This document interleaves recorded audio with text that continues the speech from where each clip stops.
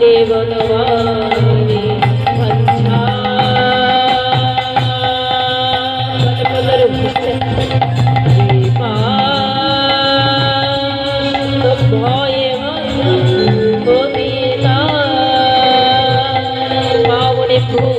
वैष्णवे नमः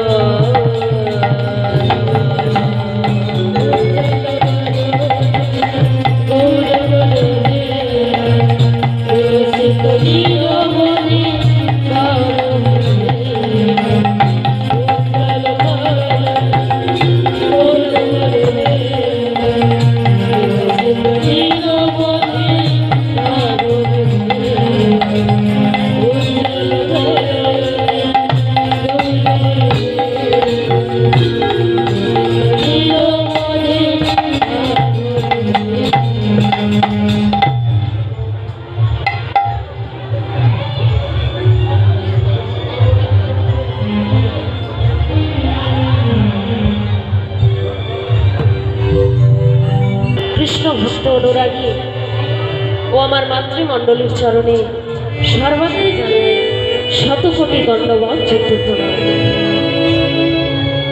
আজ আমি আপনাদের মতো পরম ভক্তদের কৃপায় সাধুগুরু বৈষ্ণবের আশীর্বাদে এই জয়দেব ধামে এসেছি কিছু হরিকথা কিছু কৃষ্ণ কথা বলার জন্য। কত কত সাধুগুরু বৈষ্ণবের আগমন হয়েছে এই জয়দেব ধামে, যার চরণ পরশে ধন্য হয়েছে এই জয়দেব ধাম, ধন্য হয়েছে এই কেন্দ্রবিল্ল গ্রামের মাটি। সেই ভক্ত কবি জয়দেবের কিঞ্চিত কথা বর্ণনা করে আমরা লীলার মধ্যে প্রবেশ করব। অতিদিন দুঃখে ব্রাহ্মণ ঘরে জন্ম এই জয়দেবের। পিতার নাম ভোজদেব গোস্বামী, মাতার নাম বামা দেবী। তা অতি অল্প বয়সে জয়দেবের পিতামাতা মারা যায়। তাই পিতামাতাকে হারিয়ে জয়দেব পথে পথে ঘুরে বেড়ান, মুখে শুধু হরে কৃষ্ণ নাম। সবাই তাকে জয়া খেপা বলে ডাকে। কেউ বলে এই খেপা তোর নাম কি? জয়দেব কি বলে জানে? জয়দেবের মুখে শুধু হরে কৃষ্ণ নাম। কেউ জিজ্ঞাসা করে খেপা তোর নাম কি? জয়দেব বলে আমার কি নাম জানো? শোনো, হরে কৃষ্ণ রাম, হরে কৃষ্ণ রাম, হরে কৃষ্ণ রাম, হরে কৃষ্ণ রাম। হরে গৌর, হরে হরে গৌর, হরে গৌর, হরে গৌর, হরে কৃষ্ণ রাম, হরে কৃষ্ণ রাম, হরে কৃষ্ণ রাম, হরে কৃষ্ণ রাম, হরে কৃষ্ণ রাম, হরে কৃষ্ণ রাম, হরে কৃষ্ণ রাম, হরে কৃষ্ণ রাম। কেউ বলে খাবে তুই কিছু খাবি? জয়দেবের মুখে শুধু হরে কৃষ্ণ রাম। বলে হ্যাঁ গো আমি খাবো। কি খাবো জানো? হরে কৃষ্ণ রাম, হরে কৃষ্ণ রাম, হরে কৃষ্ণ রাম, হরে কৃষ্ণ রাম, হরে কৃষ্ণ রাম, হরে কৃষ্ণ রাম, হরে কৃষ্ণ রাম, জপ হরে কৃষ্ণ রাম। অবশেষে পদ্মাবতীর সাথে মিলিত হয়ে জয়দেব গীত গোবিন্দ গ্রন্থখানি সমাপ্ত করলেন। চারিদিকে ধ্বনিত হতে লাগলো গীত গোবিন্দের এই অমৃত বাণী। প্রভু জগন্নাথ গীত গোবিন্দের এই অমৃত বাণী শ্রবণ না করে সেবা গ্রহণ করতেন না। তাই একদিন এক মালিনী আঙিনায় বসে বসে কাজ করছে আর গীত গোবিন্দের গান গাইছে। মালিনী আঙিনায় বসে বসে কাজ করছে আর গীত গোবিন্দের গান গাইছে। এমন সময় প্রভু জগন্নাথ সেই আঙিনায় প্রবেশ করছে। প্রভু জগন্নাথ এমন সময় সেই আঙিনায় প্রবেশ করছে আর মালিনী তার সুমধুর কণ্ঠে গাইছে। কি গাইছে? ধীর সমীরে যমুনা তীরে বসতি বনে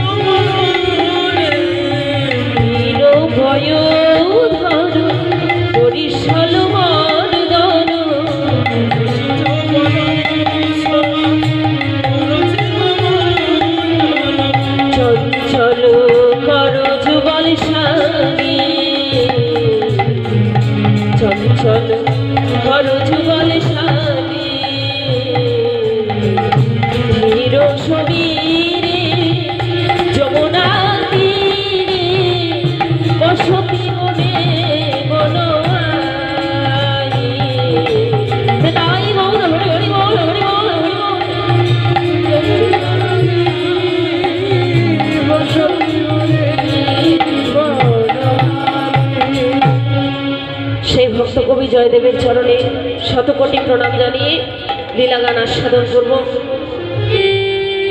দেখুন, আজ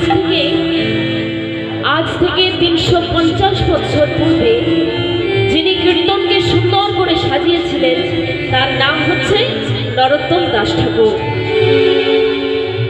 আজ থেকে 350 বছর পূর্বে যিনি কীর্তনকে সুন্দর করে সাজিয়েছিলেন তার নাম নরোত্তম দাস ঠাকুর।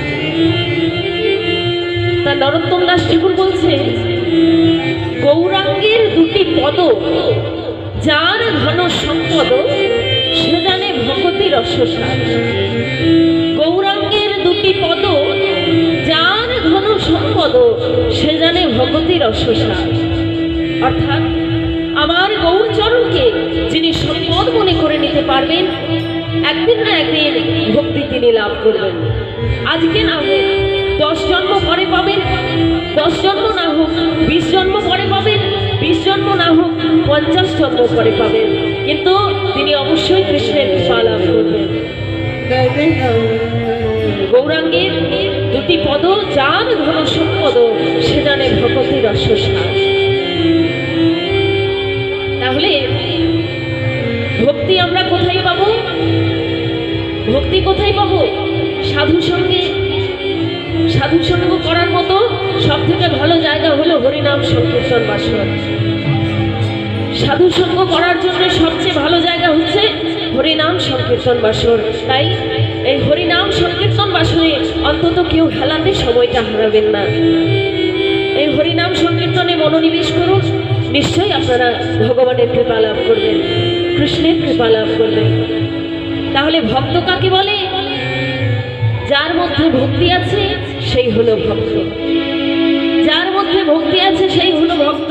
সকলের মধ্যে ভক্তি আছে? এখানে সকলের মধ্যে ভক্তি আছে, তাহলে কি রাত জেগে কীর্তন শুনে? সকলের ভক্তি আছে। আর যদি কারো ভক্তি নাও থাকে, কেউ যদি ঘুমিয়ে পড়ে, যদি ভক্তি না থাকে, সেও কিন্তু জানে যে ভগবান আমাদের সকলকে কন্ট্রোল করছে। কেউ একজন ওপর থেকে সমগ্র বিশ্বকে পরিচালনা করছেন, তিনি হলেন পরমেশ্বর ভগবান।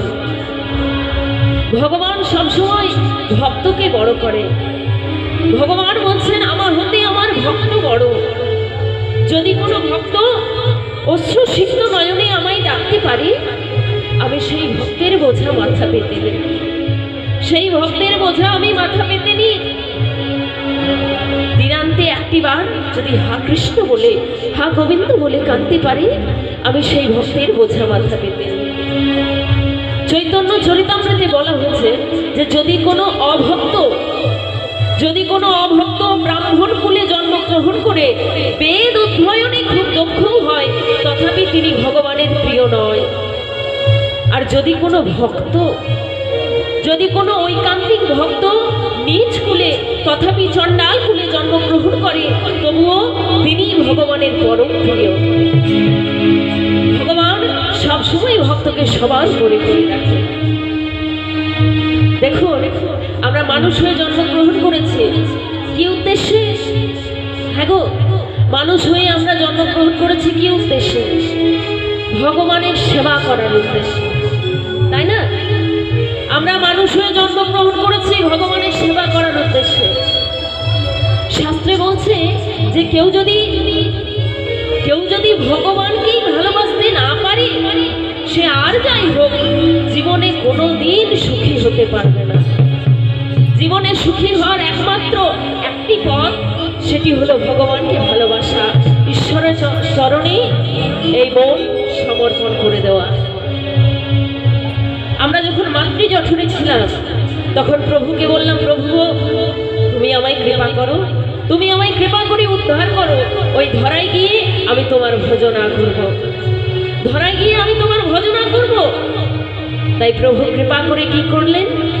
আমাদের সব কিছু দিয়ে এই ধরাধামে পাঠালেন, সব কিছু দিয়ে ধরাধামে পাঠালেন। এবার যেই না আমরা ধরাধামে চলে এলাম, সঙ্গে সঙ্গে ভুলে গেলাম ভগবানকে দেওয়া সেই প্রতিশ্রুতির কথা, সঙ্গে সঙ্গে ভুলে গেলাম ভগবানকে দেওয়া প্রতিশ্রুতি। তাহলে ধরাধামে আসার পর আমার অবস্থা কেমন হয়েছে? শোনো প্রভু, ভক্ত ভগবান কি বলছেন, প্রভু শোনো, এই ধরাধামে আমি এসে পর তোমাকে ভুলে গেলাম, আর ভুলে যাওয়ার পর আমার অবস্থা কেমন হয়েছে শোনো, কেমন হয়েছে। সকলে মনোনিবেশ করবে। প্রভু ভুলিয়া তোমারে এই সংসারে আসিয়া পেয়ে নানা বিধ ব্যথা। প্রভু ভুলিয়া তোমারে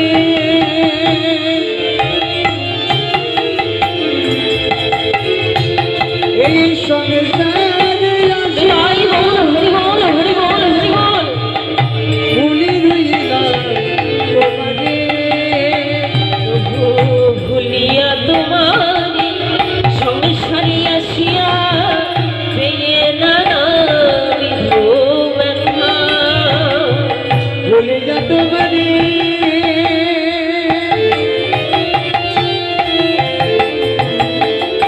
রইলাম তোমারে না বলিলাম তোমার চরণে আসিয়াছি আমি বলিব দুঃখের কথা। প্রভু তোমার চরণে আছে যাতে আমি বলিব দুঃখের কথা। তোমার চরণে আসিয়াছি আমি বলিব দুঃখের কথা।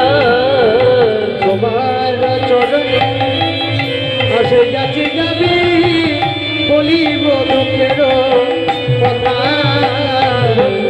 জননী জঠরে ছিলাম যখন বিষম বন্ধন পাশে। প্রভু চরণে রাখলে চরণে রাখো করে। প্রভু কি বলছে, প্রভু গো, আমি যখন জননী জঠরে ছিলাম, বিষম বন্ধন পাশে যখন আমি জননী জঠরে ছিলাম, তখন তুমি কি করলে? কি করলো ভগবান? একবার প্রভু দেখা দিয়ে মনে পঞ্চিলে দিল দাসে। প্রভু একেবারে কইয়ে দেখো রে মোরে প্রভু পঞ্চিলে দিল দাসে।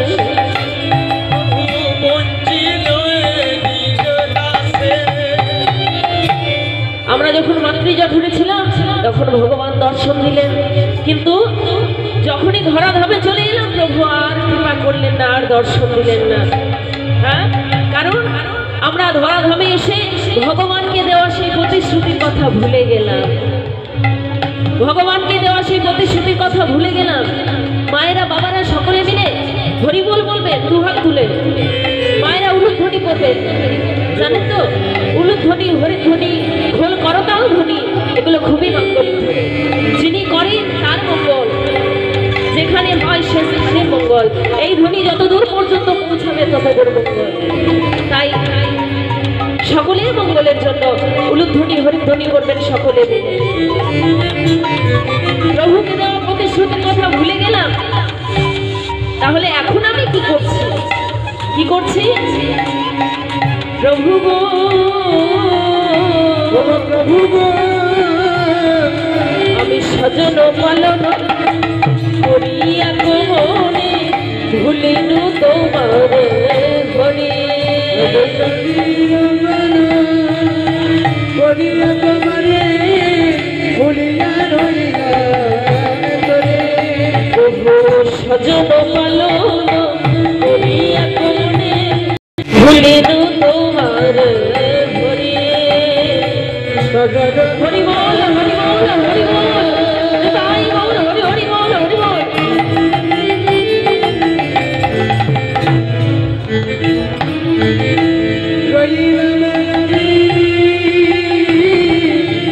রইলাম তোমারে প্রভু তোমার কথা ভুলে গেলাম। তোমার ভুলে প্রভু তোমার কথা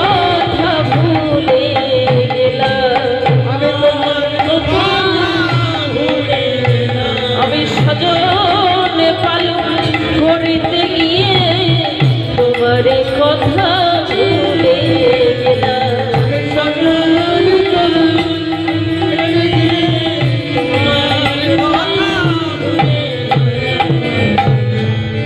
মায়েরা বাবারা সকলের মনোনিবেশ করেছেন, মন দিয়ে শুনছেন আমি কি বলছি, আমি কি বললাম, সকলেই তাকাচ্ছেন, শুনতে পাচ্ছেন না? উলুধ্বনি, হরিধ্বনি, খোল করতাল ধ্বনিগুলো মাঙ্গলিক ধ্বনি, যিনি করেন তার মঙ্গল, যেখানে হয় সে স্থানের মঙ্গল। তাই সকলের মঙ্গলের জন্য উলুধ্বনি হরিধ্বনি করবে। বলছে প্রভু ধরাধামে এসে তোমার কথা ভুলে গেলাম, তোমার কথা ভুলে আছি বলেই চুপচাপ বসে থাকতে পেরেছি এখনো পর্যন্ত। তোমার কথা যদি মনে থাকতো তাহলে অন্তত পক্ষে দুহাত তুলে হরিবোল করতে পারতাম, তাই না? এই কলিযুগ কলিযুগ সম্বন্ধে শ্রীমদ ভাগবতে বলা হয়েছে, কলর দোষ নিধে রাজন্যাস্তে হিংক মহান গুণ।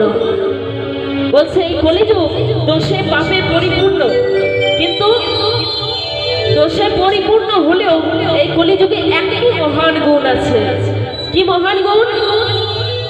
কলিযুগের একটি মহান গুণ আছে, সেই মহান গুণ হলো হরিনাম সংকীর্তনের সমস্ত আসক্তি, সেই আসক্তির থেকে মুক্তি, আর সেই মুক্তির থেকে পরমাত্মা লাভ, সেই মুক্তির থেকে ভগবানের পরম পদপ্রাপ্তি।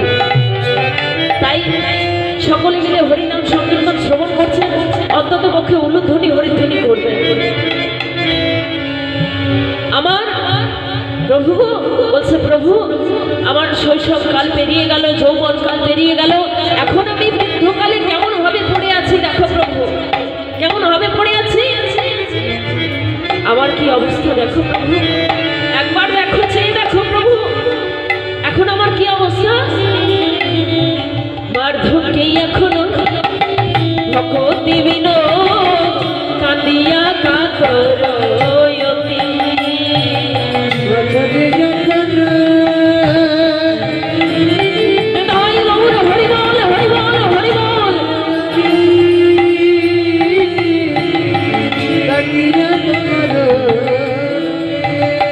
এখন বার্ধক্যে এখনো ভকতি বিনোদ কাঁদিয়া কাতরয়তি।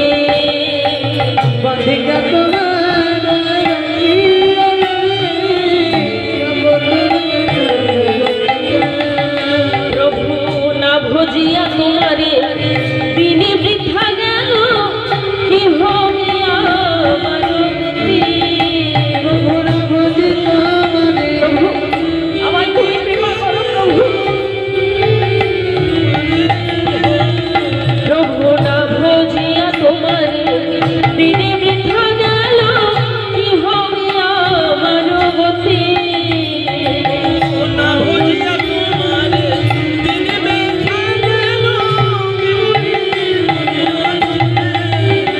প্রভু আমার গতি